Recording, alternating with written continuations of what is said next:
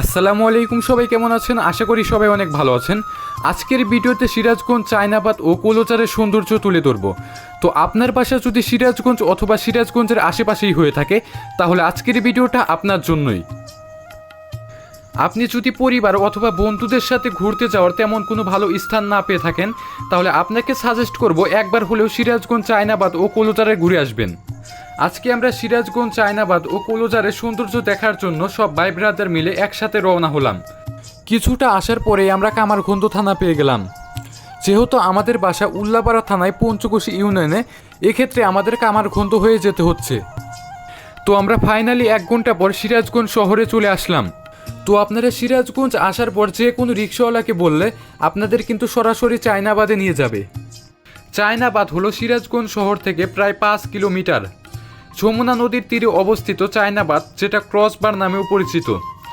তার পাশেই অবস্থিত কৌলচার, যেটা হাট পয়েন্ট নামে পরিচিত। জায়গা দুটি সত্যিই মুগ্ধকর, একবার হলেও জায়গা দুটি থেকে ঘুরে আসবেন।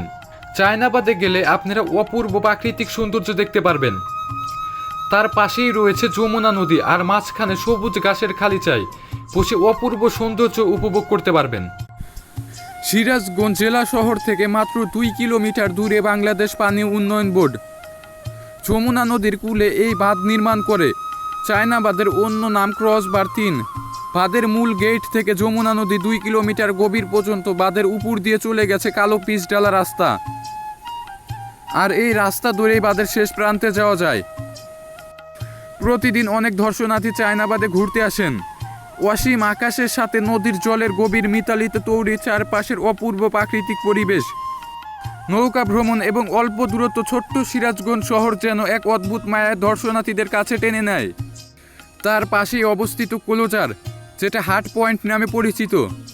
হাট পয়েন্ট যমুনা নদীর তীরে অবস্থিত। হাট পয়েন্টে ঘুরতে আসা দর্শনার্থীদের প্রাকৃতিক মনোরম পরিবেশ কিছুটা সময় কাটানোর জন্য দারুণ সুযোগ রয়েছে। এটি সিরাজগঞ্জ বিনোদন প্রেমীদের জন্য একটি অন্যতম আকর্ষণ। যমুনা নদীর তীরে অবস্থিত হয় কৌলচার প্রাকৃতিক সৌন্দর্যে ঘেরা। এখানে নদীর তীরবর্তী মনোরম পরিবেশ সময় কাটানো যায়। দর্শনার্থীদের জন্য এখানে বসার স্থান, হাঁটার পথ এবং কিছু হালকা খাবারের ব্যবস্থা রয়েছে। পরিবার এবং বন্ধুদের সাথে একটি মনোরম পরিবেশ কিছুটা সময় কাটানোর জন্য একটি চমৎকার স্থান সিরাজগঞ্জ। বেড়াতে আসা পর্যটকদের জন্য এটি একটি অন্যতম আকর্ষণ। আজকের ভিডিওটা এ পর্যন্তই, দেখা হবে নেক্সট কোনো ভিডিওতে। এ পর্যন্ত সবাই ভালো থাকবেন, সুস্থ থাকবেন। আল্লাহ হাফেজ।